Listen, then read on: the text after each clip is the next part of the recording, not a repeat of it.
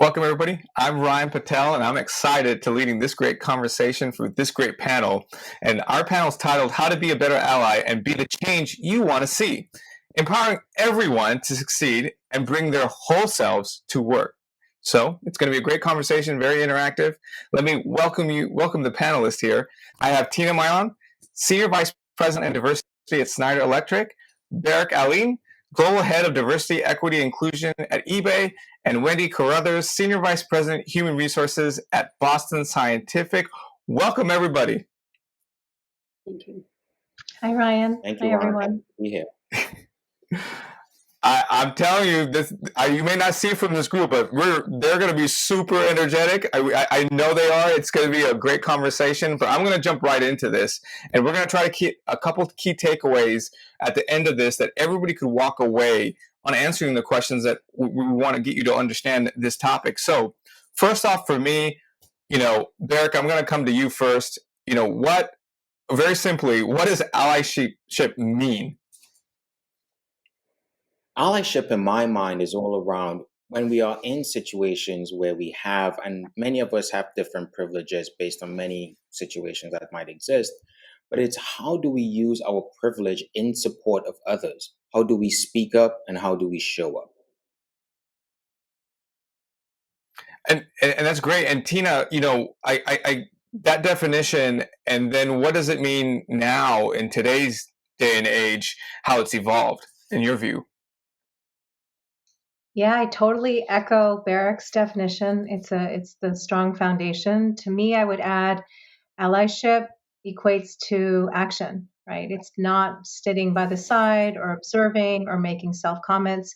It's actually leaning towards the practitioner action side. And it's a fair point, Ryan. I think especially in these, I don't know what adjective for the last 2 years kind of times, unprecedented, turbulent, trying, tragic moments, for sure, it's been even more accentuated the need to be an ally and across different groups, right? Me being an Asian American, I'm an ally, I suppose, for the Asian community, but that is just a smidgen of what allyship really means. To echo Barrick's point, it is about the intersectionality of all different groups, especially those that need more of a lifting hand. And to be an activist and to be intentional about that is, to me, the strongest impact or evidence you can see of allyship. And you brought up 2020, and obviously following a lot of protests that brought up the racial inequality and diversity. Wendy, I want to come to you on, businesses in general have obviously made that radical shift of thinking to priorities, and as both Tina and Barrick mentioned about having to define what it truly means now, not just saying those words. We'd love to see your viewpoints on that workplace inclusion. Yeah, and I mean, I'd say, what happened during 2020. I mean, it wasn't a watershed, Ryan, in that I think people understood pre-2020, the business imperative for DE&I and workplace inclusion. But I do think it led to people really questioning, the progress that we've made to date, how fast we've gone, and I think really thinking a little differently about how can we be more proactive, and just thinking about, the allyship piece was, how can we be better allies? And, because what we heard in 2020 from some of our Black employees is they were really tired of being asked all the time to explain the Black perspective, the Black experience. And I think, it's taking more ownership as allies for educating ourselves and not putting the burden on our Black employees. Well, and I'm glad that you brought that up. And Barrick, I know you're smiling because I'm going to have you follow up on this, on that point. But also, love to hear your thoughts first off on that comment what Wendy made. But also, you and I kind of had a conversation about maybe some allies didn't show up before 2020 as well. So again, the stage is yours. And I think, Wendy, you brought up an incredible point around the diversity tax. And what we saw happening in 2020 was all of a sudden there was this outpouring of folks who wanted to help, of folks who became allies overnight, But then you had members of these affected communities who were now being asked, in addition to dealing with the traumatic state of stuff that was happening across the United States, they now had to spend time out of their day-to-day lives from a work perspective and share their lived experiences, relive a lot of the traumatic experiences that they themselves would have gone through. And that diversity tax, when many folks were saying, well, this is a great opportunity for us to hear from the Black community, for many folks, it was being received as additional trauma. They now had to relive all of these tough moments. So I think what really came out of 2020, which I wanted to touch on before I jump to your question, Ryan, is companies recognized it. And I think for the first time, while companies were listening, they were also starting to recognize we need to adjust our say-do ratio. We can't continue to just say the right things, ask our employees, say we held town halls and listening lounges, but instead, what are we going to do to show commitment? What decisions are we going to make differently? What goals or targets or objectives are we going to share? And how are we going to hold ourselves accountable to it? And what I appreciate for all of the bad that has come out of 2020 was organizations really starting to think a bit differently about this work and really hold themselves more and better accountable across the entire organization to deliver on not just how do we change some of the systemic issues, but also how do we create a more inclusive workplace. So just wanted to touch on that. And sorry, Ryan, you had a second part to your question and I forgot it. What was it? No, first off, you don't have to apologize. I think that truthfully, I don't even want to know. I remember, but I think what you just said was more important because it leads me to the next question. I don't want to stop the flow of the conversation. Is then how can we help employees be better allies too? I mean, that's in essence what we're talking about. How there is more awareness, and now we want to be held accountable. And love to have each of your thoughts on this. And Tina, I want to go to you first on, what your thoughts are, what you've seen that has worked, maybe just in your workplace or just in general. Love to hear that. Thanks, Ryan. So just reflecting, I think, again, it's hard today to have conversations without acknowledging the context of the last 2.5 years. But certainly for me, as I think about it through that DEI lens, indeed, the upswell of bottoms up pressure, which I think is always a more permanent and impactful way to drive change at the end of the day, while top down still matters. Let's not get that wrong. But that combination, plus the fact that there was really data, often painful data, of how, in fact, the last 2 years have even amplified more the disparity, right? Whether it's from access to wealth to health issues, the disparity to put it simply, the have-nots and the haves, et cetera. That crisis mode plus the bottoms-up amplification has indeed, to the other panelists' point, put that topic, not a new topic, but definitely more in the front. And for Schneider Electric, where I work, one of the things, our big push the last couple of years, and I won't even start with employees, but we can definitely get to that, was how do you try to take that momentum and put some true concrete forcing mechanisms and results also in the external market? I think the corollary to all this is that we companies cannot live in a little bubble. It's not, our employees are super important. And believe me, my 445,000 employees around the world, we think about them all the time, but none of these actions within a company are kind of in their own independence, right?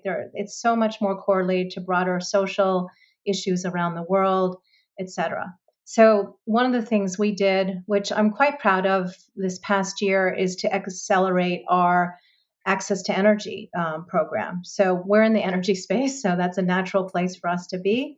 And we strongly have a fundamental purpose of access to energy as a human right. And we want to, especially for those most lacking that, to really make sure energy, especially green energy, is something where we can make a difference. And through training and also outright access, right? The assets that go into that, into connecting people's lives to energy. This was a huge push and the momentum was great. So we reached around 4.5 million new individuals could benefit from access to green energy, especially. And the other hardwiring, I think, that's interesting, and this I'm sure Barrick and Wendy are quite familiar to. They're not the only voice in the world, but it's an interesting voice. It's an interesting track when you start to see the investment community.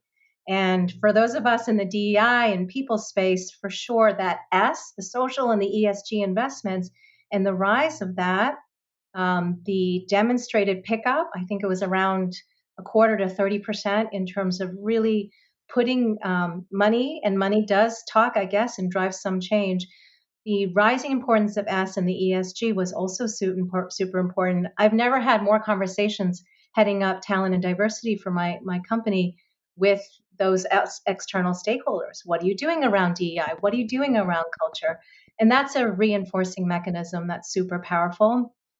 And one of the things we did last year, still to see how it plays out, is we did the first sustainability and DEI linked a convertible bond. So essentially a bond with very clear metrics, a couple of them related to DEI outputs by 2025, and really tie it also in terms of conversion to equity side. So again, if we believe forcing mechanisms, some outcomes really help shape also the overall transformation around DEI. Those were two things, at least for my company, we were trying to push on the external side, broader impact to society, in addition to, of course, which I'm sure we'll get to, things within our population. Yeah, no, that's great. And I want to hear Wendy and Barrick's too examples of what they've done. And before I do that, two things came up real quick, Tina. You said mechanisms. I think the mechanisms are where people need to spend more time, and it's not easy to be able to be transparent, which I'm sure Barrick and Wendy will share as an example. And I think I'm going to answer the investing question because yes, everyone is talking about it more, but that needs its mechanism as well of everyone's pouring money into ESG, but what is the actual outcome? And I think investors are being forced to ask those questions to you, to all three of you, on what the actual end result will look like, because they're being held accountable by employees, consumers to that degree. So I love that you raised that point. Wendy, I love to hear, I know you've got what you all are doing over there from innovation side as well. This is all important and tied into it. So I'd love to hear your thoughts on what Tina mentioned and what you're all doing there around that.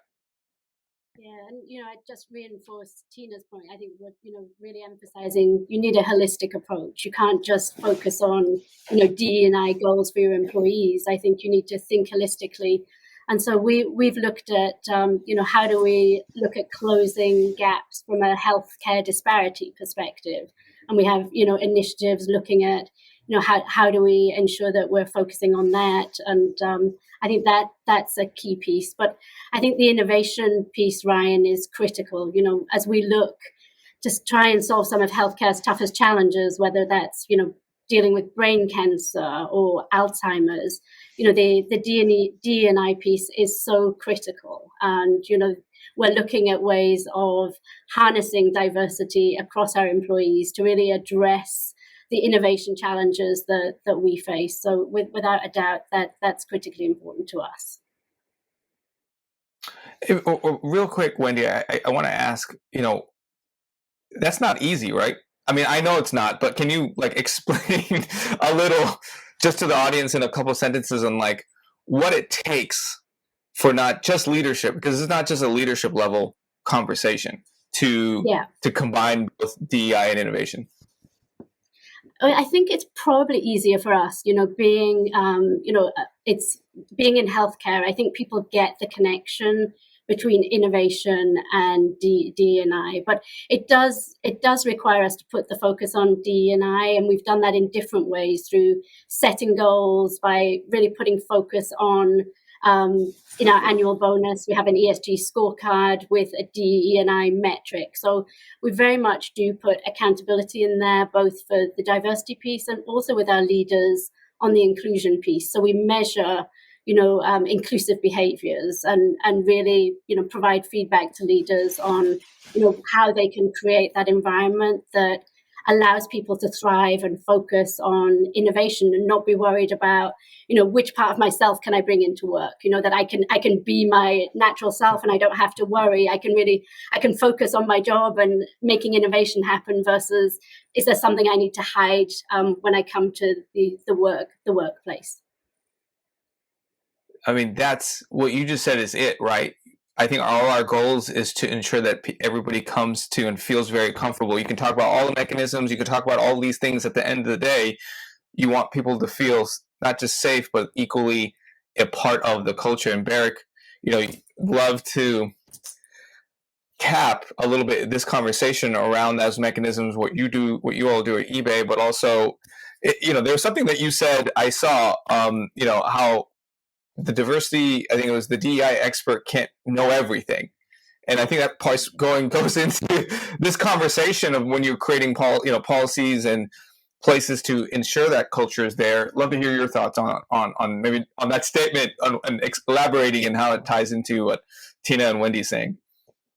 No, of course. And just to maybe elaborate a bit on that statement, it was around, whenever there is a challenge or an area of focus or time of focus for any community that exists, not just in the United States, but globally, folks go directly to whoever is leading DE&I efforts across those organizations. And they expect DEI professionals to know about all of the cultural nuances that might be affecting some communities and why and the history behind it.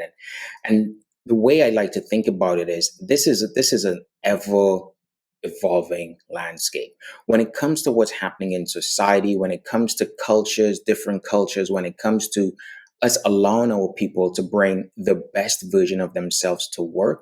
We have to listen. It has to always be a two-way street where we have our perspective of what works for an organization, but we're also listening to all of the members of these different communities, because no one individual could know all of the cross-cultural nuances that exist. So that dovetails directly into the need for us to always be on a journey to build empathy, where we listen, and we don't listen to respond, but we listen to understand, and then we listen to support and to mentor and or to sponsor or be an advocate on behalf of different groups. And to tie it back to why we're here today having a conversation around allyship, that is incredibly important for us to really drive a sense of inclusion and belonging, to drive a world where we can bring the best versions of ourselves to the office. And we're not afraid of showing up in a particular way, because we've now had these open, safe conversations, and we've built empathy, we've built psychological safety and trust. And now our people feel more enabled to come to work, and they feel like, hey, I could just focus on what I need to do, deliver the best product or service for my organization and customers. And in my mind, it always starts with empathy and that understanding of different cultures and the nuances in between and under all of those. And I'm 100% with you on that. We've come a long way. But I'm also going to be very real, and I think each of you will, I think, agree that there is there is some backlash on this conversation, actually, funny enough, about allyship, right? I've had people speak to me saying, how much more am I supposed to do? When is it enough? And I'm not saying that those group of people are being discriminatory or racist in any way. But I think, Wendy mentioned it earlier, that it just seems this conversation's going a lot of different ways. And for me, I would love for each of you, maybe with your own points of views, think about, how would you deal with that, right? How would you deal, or how have you done or dealt with certain employees or certain messaging to ensure that, this progress it's not just linear, but it's a part of the conversation. So hopefully you get the question, what is, when we are talking about allyship and you face some resistance, what have you done? And Tina, I'll go to you first. So that's a big question, Ryan. I have to think about how to start it. There's so much here. I think one of the things, and I'm sure we could all have hours-long conversation post the panel about this, but it's something I grapple with every day, right? Coming from a very global company, and all of you guys can relate to that, where our employee population is totally spread evenly across our geographies and 120 whatever plus countries. Indeed, the common thread, and I wear the global hat, so I'm trying to always find that red thread that connects the narrative around these topics. And it ain't easy. And that is absolutely the obvious truth. One thing for us at Schneider, I think it's maybe because it's a 185-year-old company, French roots, et cetera. So very much rooted in our DEI philosophy about the principles of universalism and collectivism, and sometimes almost colorblind, right? Juxtaposed against the rising inequities in the world and other markets, and where I come from US, born and bred, where yes, that's true, and we believe in those principles, but increasingly we need to address the very real concrete challenges of certain groups, the most vulnerable, the ones with least access, certain diversities, et cetera. And that tension point is really dynamic, and it has definitely, we've had many discussions around the world with employees where that philosophical difference, just before we get into programs or things like that, starts to come to the foreground.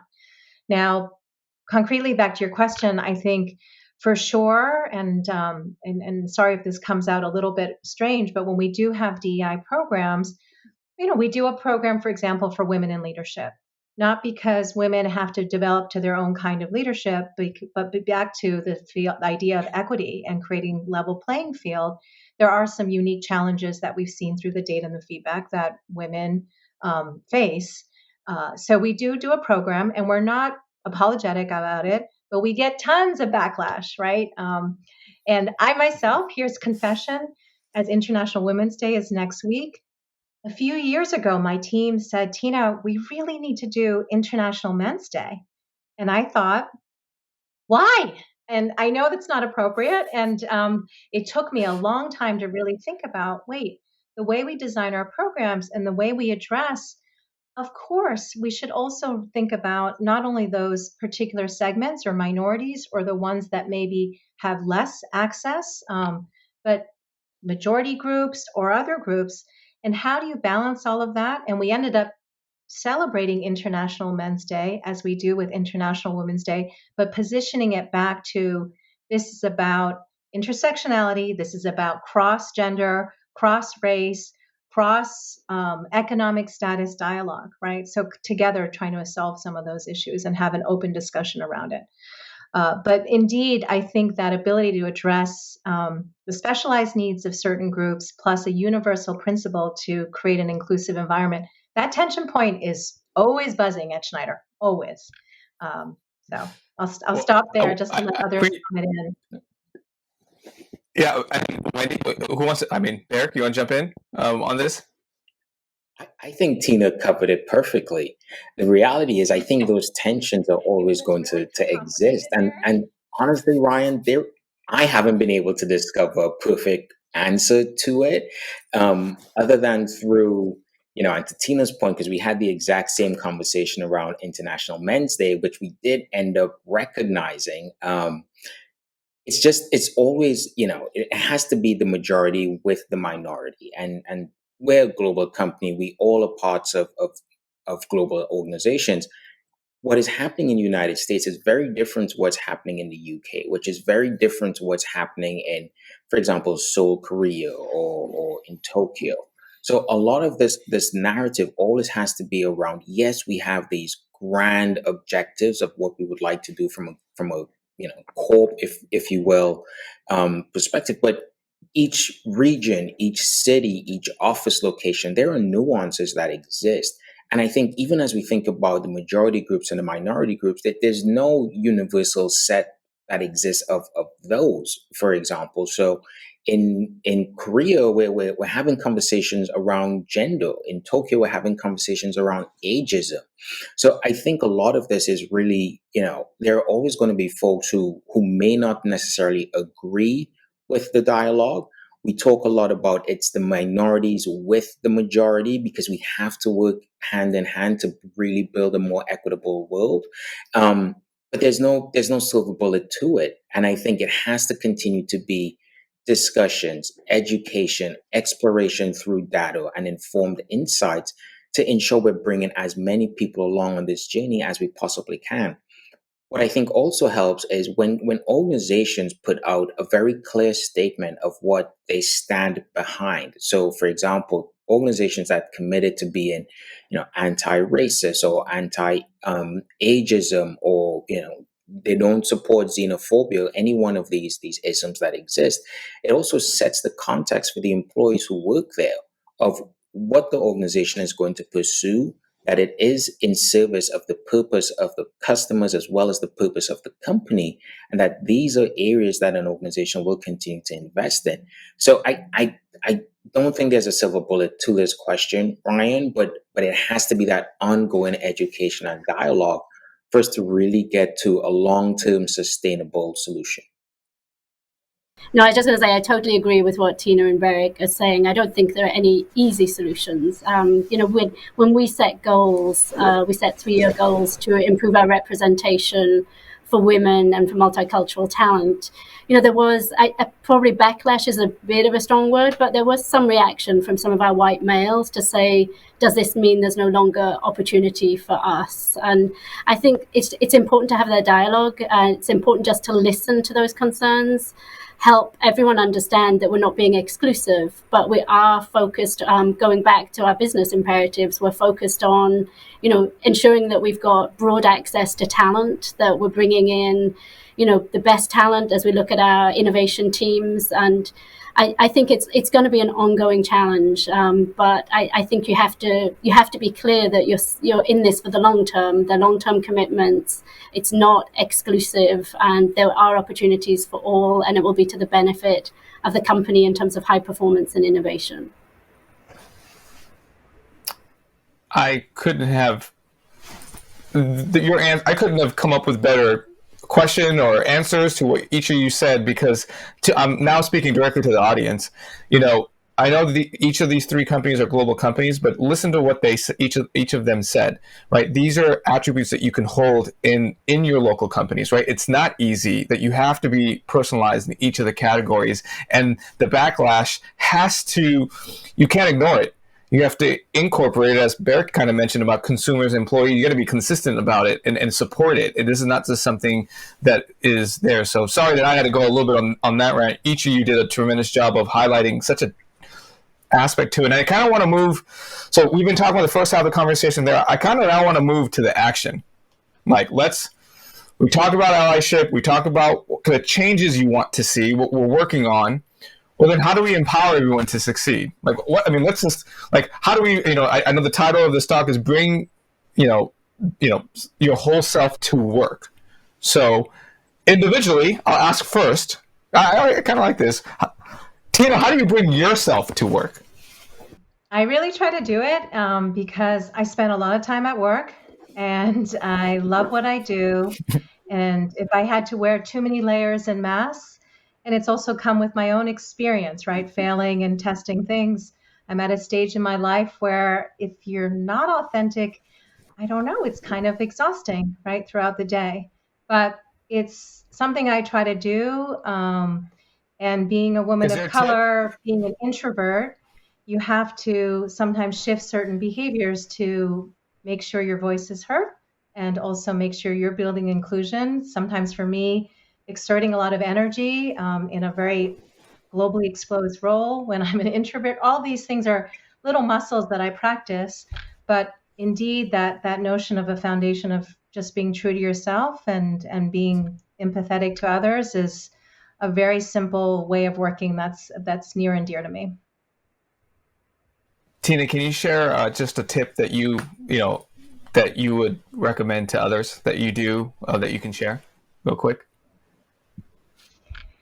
Okay, so I guess for me, there is, and a number of, Wendy mentioned inclusion. So we all know how the virtual environment right now, while I'm a big fan of digital and we have probably exceeded expectations and how we are able to not all become zombies and still do all these calls virtually, I think the subtle dynamics of inclusive communications, whether it's through managing a meeting and doing a check-in and welcoming people, or making sure people really leverage the chat and raising your hand so that there's equal distribution of contribution, to representation in your visuals for communication, to language. And this is very tricky. It's very varied by culture, but we just issued a global inclusion toolkit to our communities around the world. And we there are quite bold, where we say,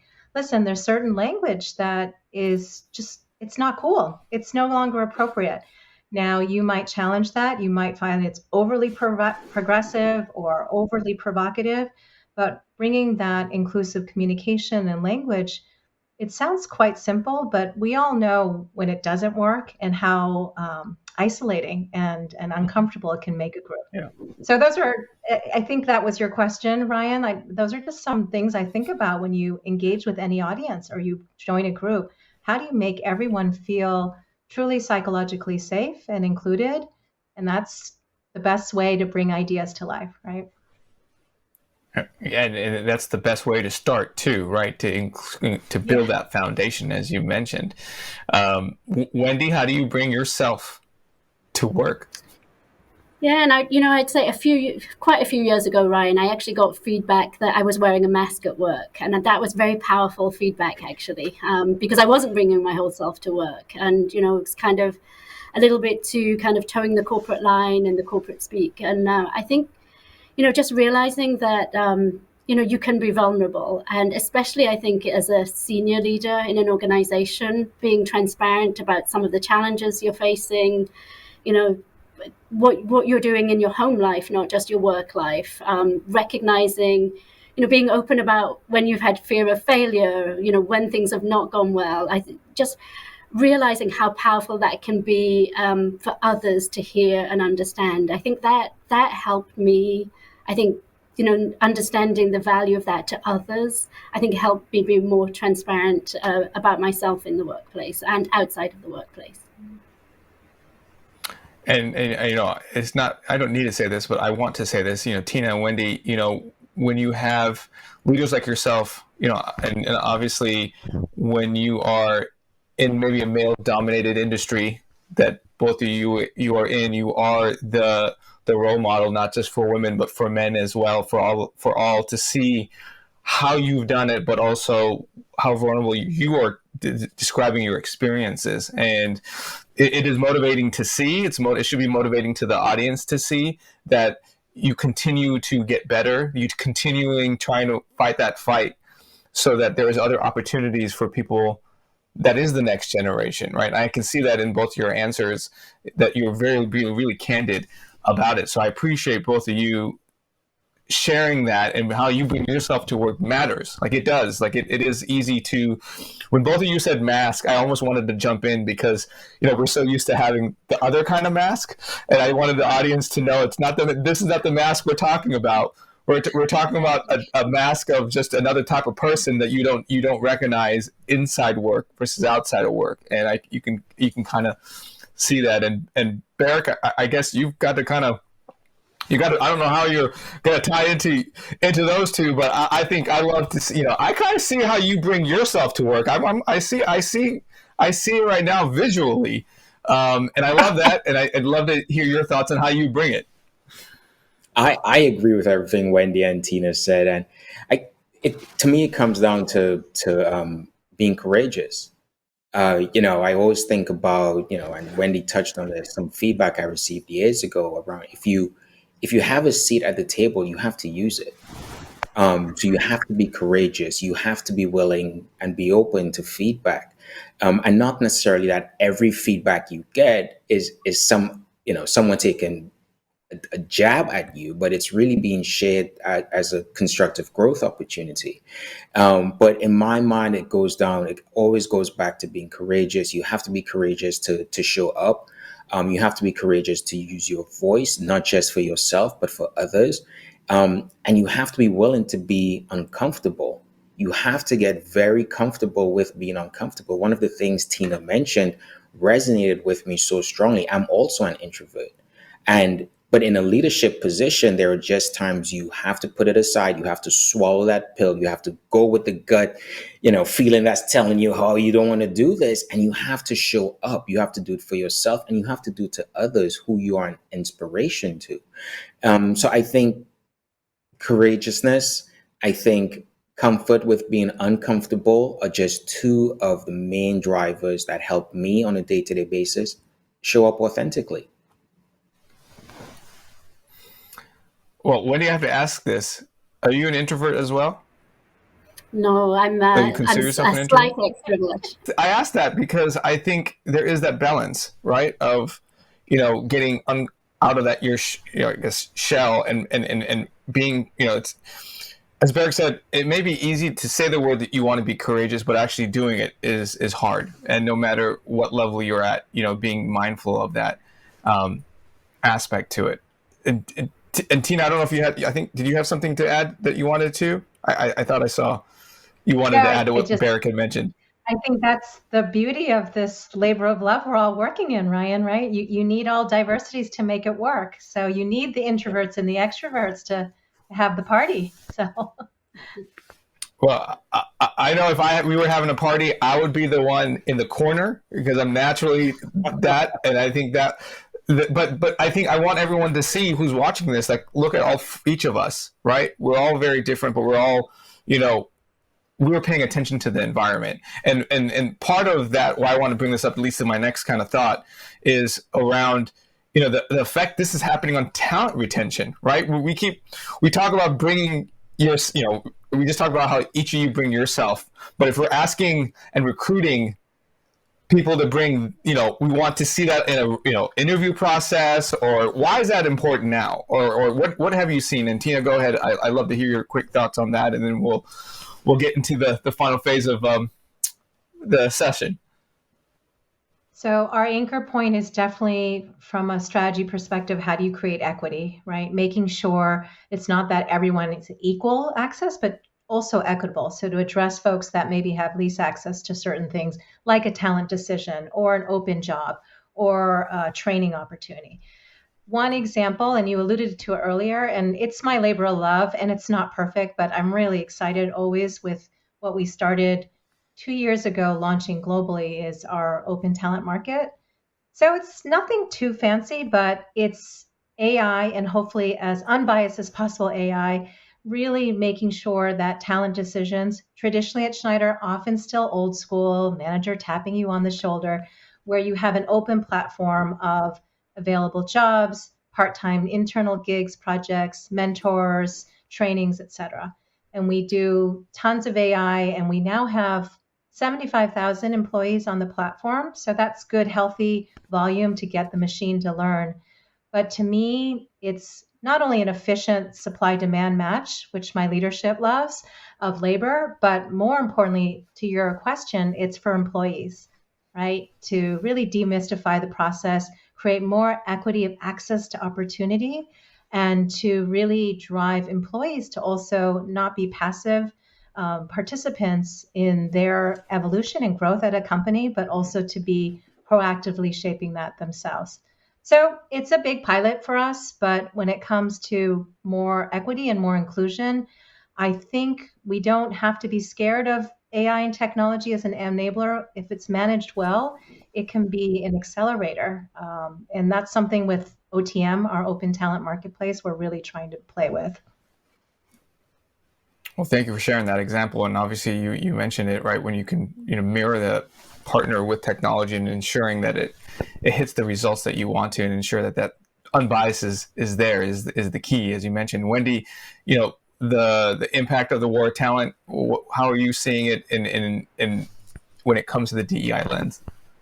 Yeah, and it's very real. And I think one of the things that is very valuable to us is our employee resource groups as a talent retention mechanism. I think when people see the value and focus that we put on our different employee resource groups around the world, and how we connect those back to our executive committee, where we have each of our executive committee as an executive sponsor of our employee resource groups, and that really helps from a cultural perspective, and really hearing the voices and different perspectives of groups. That's certainly very, very powerful for us.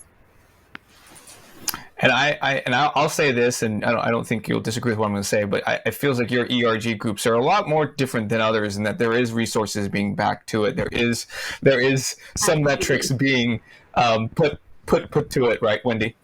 Yeah, absolutely. No, they're critical for us, and they are well resourced. A lot of focus. We have, it ranges from our women's network to Bridge, which is for our Black employees. To our young professionals. There's different ERG groups that we resource that work together as well.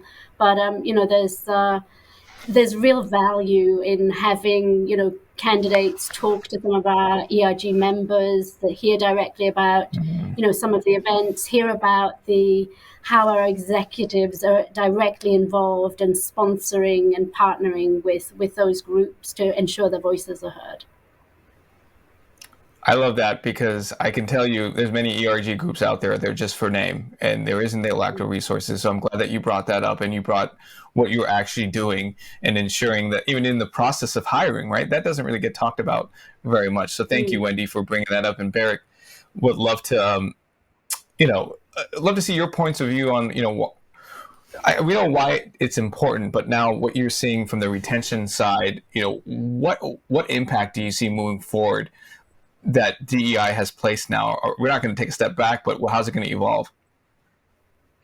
I think part of, and I don't want to call it a benefit, because a lot of bad came out of the pandemic, but with companies, especially in the tech industry, now thinking about their location strategy, and some becoming a bit more comfortable with folks working remotely and not necessarily being tied to campus, we're seeing a lot of gains in bringing in more diverse talent. So not just from a race, gender, or ethnicity perspective, but geographical diversity. So folks who maybe didn't want to come to the Bay Area, who have family, they have their personal lives, and in Dallas, Texas, for example, they no longer have to come to areas to do the great work that we know they are capable of doing.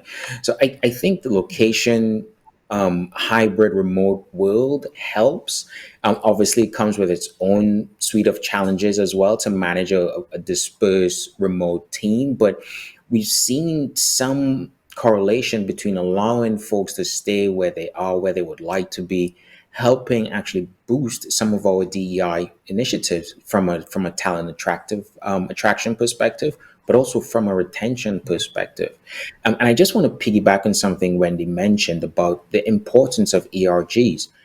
At eBay, we call them communities of inclusion. And in addition to having exec sponsorships, being well funded, the other part that's worked very well, and I've seen a lot of companies doing this, including eBay, is we're recognizing these leaders. The folks who are spending time in addition to their day-to-day work are now being more formally recognized through forms of compensation. So whether through bonuses, or maybe some additional amounts being included on their salaries, to being directly recognized by the CEO as well as members of the executive leadership team.